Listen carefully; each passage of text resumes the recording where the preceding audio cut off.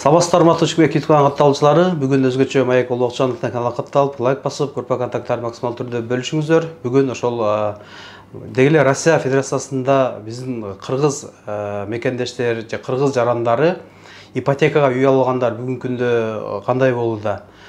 Реестрге түшүп калгандар же болбосо выдворение, депортация болгондордун үйлөрү Россия Федерациясында кандай кылса болот, сатса болобу, же эмне кылса болот? Ошо боюнча бир кененирээк маалымат бермекчибиз. Бүгүнкү коногубуз өзгөчө конок Стоп Кочевник кыймылсыз мүлк агенттигинин жетекчиси Гүлжамал Айтпаева эжеке менен маектелебиз. Гүлжамал эже, саламатсызбы? Бүгүн ошо мекендештердин өтө бир көйгөйү болуп жаткан ипотека, кыргыз жарандыгын алып ипотекага алып, депорт болуп кеткендер бар экен, выдворение алгандар бар экен. Ошо боюнча бир кененирээк маалымат берсек, эфирдин сырткында сүйлөшүп калдык. Аларга да сатканга дагы бир мүмкүнчүлүктөр бар, жардам бере атабыз деп калдыңыз.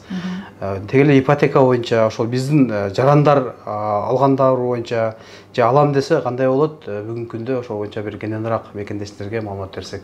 Саламатсыздарбы? Бүгүн кыргыздардын ошо көбүнчө көйгөй ошол болуп атат. Көбү депортация болуп кеткен, сразу Кыргызстанга кетип калган. Үйдү кандай кылсам болот, эмне кылсам болот дегендерге, үйдү башка келбейм бул жака десеңиз, сатып бергенге жолдор бар. Же болбосо ошол эле айына аз эле чыккан болсо суммасы, ошол эле суммага сдавать этсек болот. Сдавать эткенде дагы азыр агентстволор чыгып калган, Пик агентство бар, Яндекс агентство бар. 1 жылга, 2 жылга чейин договор түзсөңүз болот.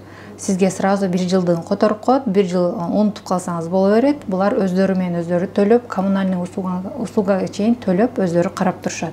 1 жылдан кийин дагы келип договорду узартып, кайрадан дагы договор түзүп кетсеңиз болот. Бул биринчи жолу эгер арендага берем десеңиз. Сатам десеңиз, бизде бир ошондой случай болгон. Уже депортация болуп, Кыргызстанда туруп бизге кайрылган. Биз ал кишиден через посольство доверенность алып, доверенность менен үйүнү сатып, акчасын которгонбуз. Ошого окшоп сиз деле эгер кетип калган болсоңуз, доверенность берсеңиз, үйүңүздү сатып, акчаңызды которуп беребиз. Бул жерде туруп сразу доверенность берип кетсеңиз дагы болот. Үйүңүздү сатып, также акчасын алып кетсеңиз болот. Бул эгер выдворение болуп, депортация болуп кеткен болсоңуз. Бул жерде эмгектенген кыргыздар азыр госуслуги баарында бар болуп калды. Официально жумушу бар болгон болсо, ипотекага үй алса болот. Первый взносты топтойм же первый взносум жок дегендерге без первого взноса деле баштаңкы төлөмү жок деле үйдү алса болот. Биз көп эле клиенттерге ошондой совет беребиз. Сиз квартирага жөн эле бирөөгө акча берип жүрбөй, өзүңүзгө үй кылып коюңуз. Сиздин квартираңыз деле айына 50, 60, 70 миңге чейин бирөөгө берип атасыз. Ипотекага алсаңыз деле ошол эле сумманы төлөйсүз. Андан көрө өзүңүздүн чөнтөгүңүзгө акча киргизип, өзүңүзгө үй алып койсоңуз, биринчи квартирный вопросуңуз чечилет. Экинчи бул документацияңыз тоже чечилет. Азыр бирөөнүн үйүнө регистрацияга койгон, чыгарып бергендер дагы толтура болуп атат. Уже эки вопросуңуз чечилет. Үчүнчү плюс жагы бул, мисалы сиз Москвада жүрүп акча топтошуңуз өтө кыйын. Үй алып койсоңуз, бул өзүнөн өзү инвестиция болуп эсептелинет. Россияда үйлөр жылына минимум 1 миллионго кымбаттайт. То есть сиз 1 жылда үйүңүздү, өзүңүздүн квартираңызда жашаганча эле регистрацияңыз чечилди, и плюс 1 миллион, 1,5 миллион минимум акча иштесеңиз болот. Допустим, 2-3 жылдан кийин кете турган болуп калдыңыз, үйдү сатыш керек. Сиз үйдү 10 миллионго алгансыз. 3 жылдан кийин үйүңүз 13 миллионго көтөрүлдү. Банкта сиздин плюс-минус 9,5 миллион карызыңыз бар. 13кө сатасыз дагы 9,5 төлөп, 3,5 миллионду чөнтөгүңүзгө салып кетип калсаңыз боло берет. Бул 3 жылдын ичиндеги нерсени айтып атам. 3 жылдын ичинде сиз 3 миллион акча топтой албайсыз, бул гарантия. Ошон үчүн бирөөгө акча берип жүрө бербестен өзүңүздөр үй алып, өзүңүздөрдүн үйүңүздөрдө жашаңыздар деп айткым келет баардык биздин жарандарга. Дагы бир айтып кетчү нерсе, биз үй алып эле бербестен, үйдү алып бергенден кийин дагы мамлекеттен болгон акчаларды дагы чыгарып бергенге жардам беребиз. Мисалы сиз үй алдыңыз, үй алгандан кийин сиз налоговый вычетке акча чыгарсаңыз болот. Кыргызстандын жараныбы, Россиянын жараныбы айырмасы жок. Официальный жумушуңуз болгон болсо, налоговый вычет чыгарса болот. Ар бир кишиге 260 000 положено. Андан кийин 390 000 процентин да чыгарсаңыз болот. Официальный жумуш болуш керек. Кыргызстан, Россия жараны айырмасы жок. Андан кийин Россиянын жарандарына, балдарына жанагы жөлөк пулдарды чыгарып бергенге жардам беребиз. Жылына үйдү страховка кылып туруш керек. Страховканы да өзүбүз полностью кылып беребиз. То есть бизге келген клиенттер биз менен өмүр бою сопровождениеде калышат. Гүлжабал, айтсаңыз, бүгүнкү күндө өтө регистрация көйгөй болуп жатат кыргыз мекендештерге. Ошол биздин кыргыз мекендештерибиз официалдуу жумушта иштеп үй алат деп атпайсызбы? Үй алгандан кийин сразу ошо регистрация койгонго дагы мүмкүнчүлүктөр барбы? Бар. Мүмкүнчүлүктөр болот, Ооба, үйдө алып эле сразу регистрация кылып кетсе болот. Россия жарандыгы менен кыргыз жарандыгынын бир айырмачылыгы кандай? Арзандатуу же бирдей элеби? Ошону айтсаңыз арзан. Андан кийин сиз Москва областы боюнча бересизби же бүт Россия боюнча үйлөрдү алып бересизби? Чем Россия Москва областынан караганда башка областтарда айырмачылыгы үй арзанбы же бирдей элеби?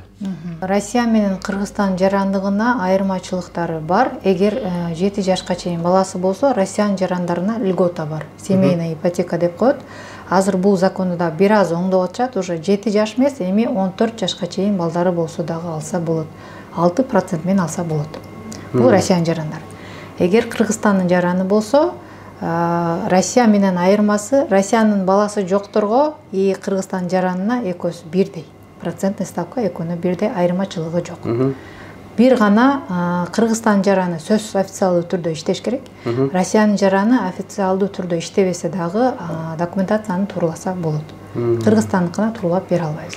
Мына Москвадан караганда башка областтарда, мисалы башка четирак областтарда үй арзаныраакпы? Ооба. Чекеракка жылса үйлөр чем вот дальше, тем дешевле деп коебуз бизчи. Нарааракка жылган сайын үйлөр арзандай берет и айына төлөмү удобный чыгат. Бизде көбүнчө клиенттер ошо келип биринчи Москвадан алабыз деп келишет, анан биз аларды локацияны түшүндүрүп, алысыраактан арзаныраак, жакшыраак үй алып бергенге аракет кылабыз. Үйдү арзаныраак алса төлөмү удобный болот дагы, без проблем төлөп кете берет. А вот по поводу регистрации, вот допустим үйдү алдыңыз, бүгүн сделка болду, экинчи эледе сизге үй өттү, и сразу эле регистрацияга туруп, дальше ошол вопросуңузду чечип алсаңыз болот. Ошо биринчи көйгөйүңүз азыр регистрация болуп атпайбы? Ошол көйгөйүңүздү үйдү алгандан кийин эле бир жуманын ичинде чечип койсоңуз болот. Анан ошол сиз кандай аталып калдыңыз эле ошо стоп кочевник деп? Эмне үчүн аталышын стоп кочевник атадыңыз? Анан эмне үчүн орусча атадыңыз? Стоп кочевник дегенде биз мен өзүмдүн башымдан деле көп өткөн нерсе. Биз аябай эле көп көчкөнбүз, квартирадан квартирага көчүп жүрүп чарчаганбыз. Ошол биздин кыргыздар дагы ошонусун токтотуп, өзү үй алсын деген мааниде стоп кочевать деген, токто көчмөн, өзүң үйлүү бол деген мааниде койгонбуз. Анан эмнеге кыргызча койбодук? Эми Россия жергесинде жашагандан кийин более ушу орусчага ат коюп, бирок кыргыздарды аралаштырып кетели деген мааниде ушуну ат койгонбуз. Бүгүнкү күндө канча жылдан бери иштеп келесиз? Канча жараныңыз үй алды? Сыр болбосо. Сыр эмес, бирок точный суммасын айта албайм. Анан мен жазып коеюн анда, Жок, канча адам сиздерден үй алып үйлүү болду бүгүнкү күндө? Точно айта албайм. Көп. Канча жылдан бери эмгектенип келесиздер? Мен өзү биринчи бул сферага чоң компаниядан баштагам. Мен ошол компанияда иштегем, 1,5 жыл иштедим, андан кийин кеттим. Өзүмчө иштегениме 3 жыл болду. 3 жыл болуп калды. 3 жылдын ичинде эми эң азы дегенде, наверное, бир 100-150 адамга үй алып бердик. Москва, Россия. Биз бир эле Москва область эмес, по России иштейбиз. Казаньдан алып бергенбиз, Питерден алып бергенбиз, Красноярскиден көп жазышат. Ушундай чекедеги шаарлардан деле алып берсек болот. Азыр ошол чекедеги шаарларга наоборот семейный ипотеканы вторичный рынокко өткөрүп койду. Ошол жакта жарандар болсо, биздин Россиянын жараны болсо, балдары болгон болсо, 6% менен даяр үйлөрдү алса болот. Урматтуу мекендештер, бизди бүт Россия Федерациясында эмгектенген мекендештер көрөт. Башка областтардагы үй алганга өтө сонун бир мүмкүнчүлүк экен. Бир эле Москва же Москва областы эмес, бүтүндөй Россия боюнча үй алып берип келаткан 3 жылдын ичинде 100дөн ашык мекендешибизди үй менен камсыз кылдык дейт. 3 жыл мурун дагы бир чоң агентте иштеп, ал жактан тажрыйба алып, анын өзүнчө бүгүнкү күндө ошол Стоп кочевник деп кыймылсыз мүлк агенти ачып, эжекебиз мекендештерге кызмат кылып келүүдө. Эжеден үй алгандар болсо комментарийге жаза кетиңиздер. Дагы түшүнбөгөн суроолор болсо, семейный ипотекага 6% дейт. Бул өтө сонун бир мүмкүнчүлүк. Биздин жарандарыбыз деги эле Россия Федерациясында көп. Чет жакта дагы чем ошол арыз боло берет 6%. Боло берет. Сахалин, Ал жакта даже Владивосток. новостройка эмес, уже готовый рынокто 6 менен алса болот. Чет жактачы. Түшүнбөгөн суроо болсо эжекенде WhatsApp номерлерин коюп койдум, адрестерин коюп койдум. Келип жүзмө-жүз бетме-бет дагы сүйлөшсөңүздөр болот. Кааласаңыздар сиздер жер үй алып берет, кааласаңыздар квартирадан алып берет. Сиз каалаган райондон, сиз каалаган областтан үй алып бергенге аракет кылышат.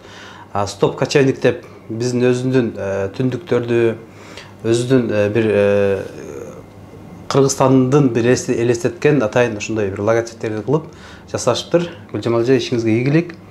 Мекендештерди сүйүнтүп үйлүү кылып жүрө бериңиз. Гүлжамал эжекеден үй алгандар болсо комментарий жаза кетиңиздер. Рахмат. Учкунбек каналында биринчи жолу болуп жаткан болсоңуз, каналга катталып, лайк басып, ой пикир калтырууну унутпаңыз.